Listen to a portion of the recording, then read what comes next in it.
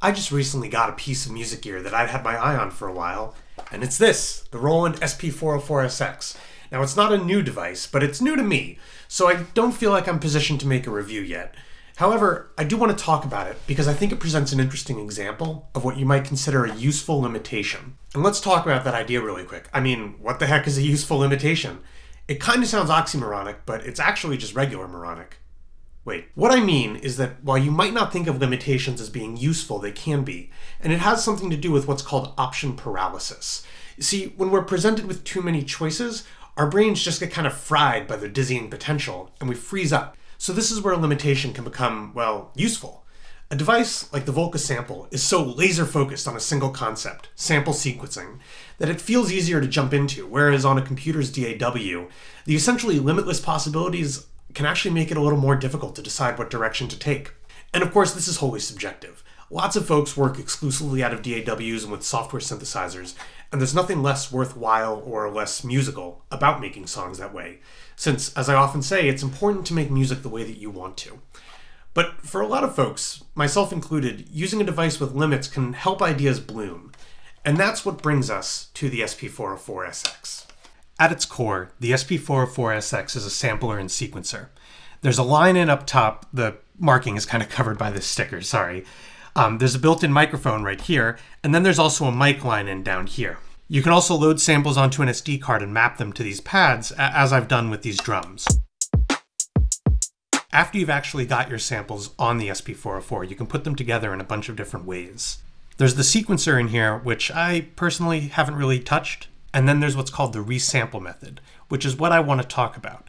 And it's where the whole idea of a useful limitation comes in. The 404 has excellent effects, a filter, and an isolator, but you can only apply one at a time to a sample.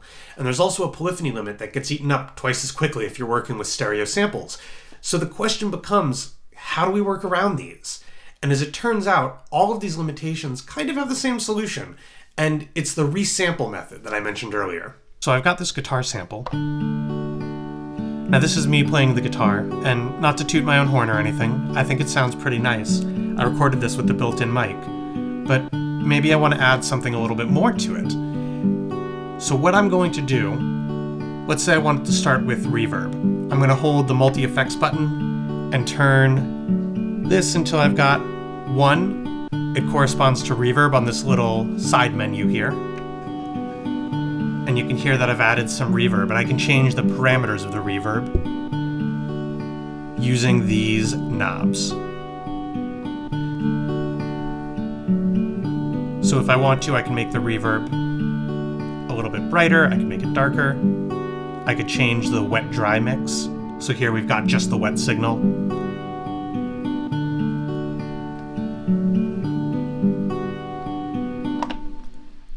But that's just, adding effects. I want to add more than one. So what I'm going to do is I'll hit this button here, resample. Next I'm going to hit record. So I'm going to hit the pad that I want to resample to. In this case, I'm going to resample to pad 2. Boom, pad 2.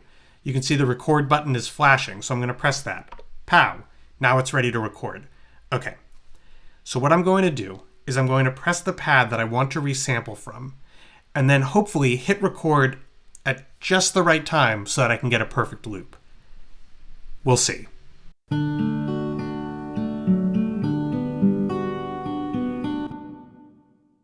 All right, and now I'm going to play this pad, and I'll turn off the gate so that it'll just play as long as it's right after it's been pressed. I stumbled on my words there a bit.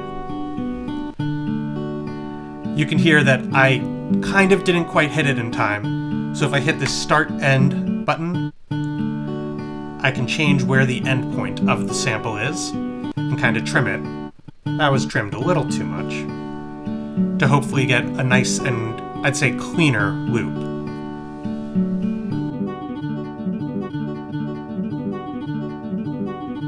I would say about here is where I would want it. And so now let's say I want to add another effect. Because it added... So now let's say I wanted to add another effect.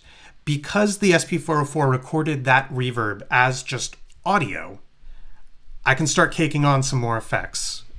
maybe not the best verb to use for it. So now, if I want to make it sound like I recorded it onto an old record and didn't maintain that record well, let's get it going. And there we go. Instant lo-fi chill vibes.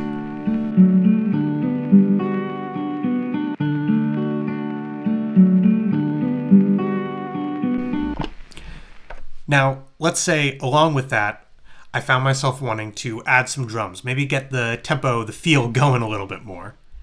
I can do that with the resample method too. It's not limited to just one pad and the effects on that pad. So to give you an idea of what I mean here, I'm going to do another resample. I'm going to hit resample, record. I'm going to tap, I think this time I'll use pad 5.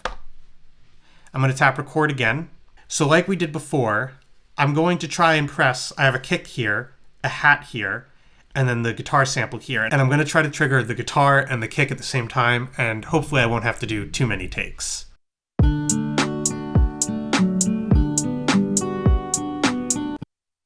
All right, so now on pad 5, we've got, and the drums are, I would say, a little bit loose, but I don't know, I kind of like it. And like we did before, now that I've resampled it, I could add some effects. Forget just having the guitar recorded onto an old record, now everything is.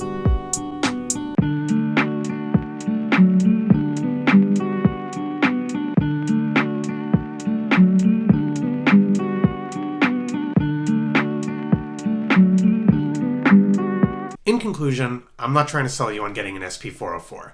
I don't really think it's right for everyone, but I thought it was an interesting device that could act as a focal point for that discussion of useful limitations. They abound in all kinds of pieces of gear, like the pocket operators, the Volcas, and a bunch of older electronic instruments and recording equipment.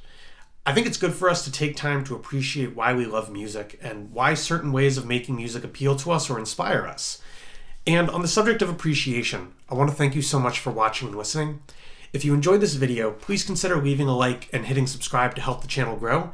And we're just going to close off with a short SP-404 performance of that beat that we were putting together earlier. Thanks again for watching, and I'll see you next time.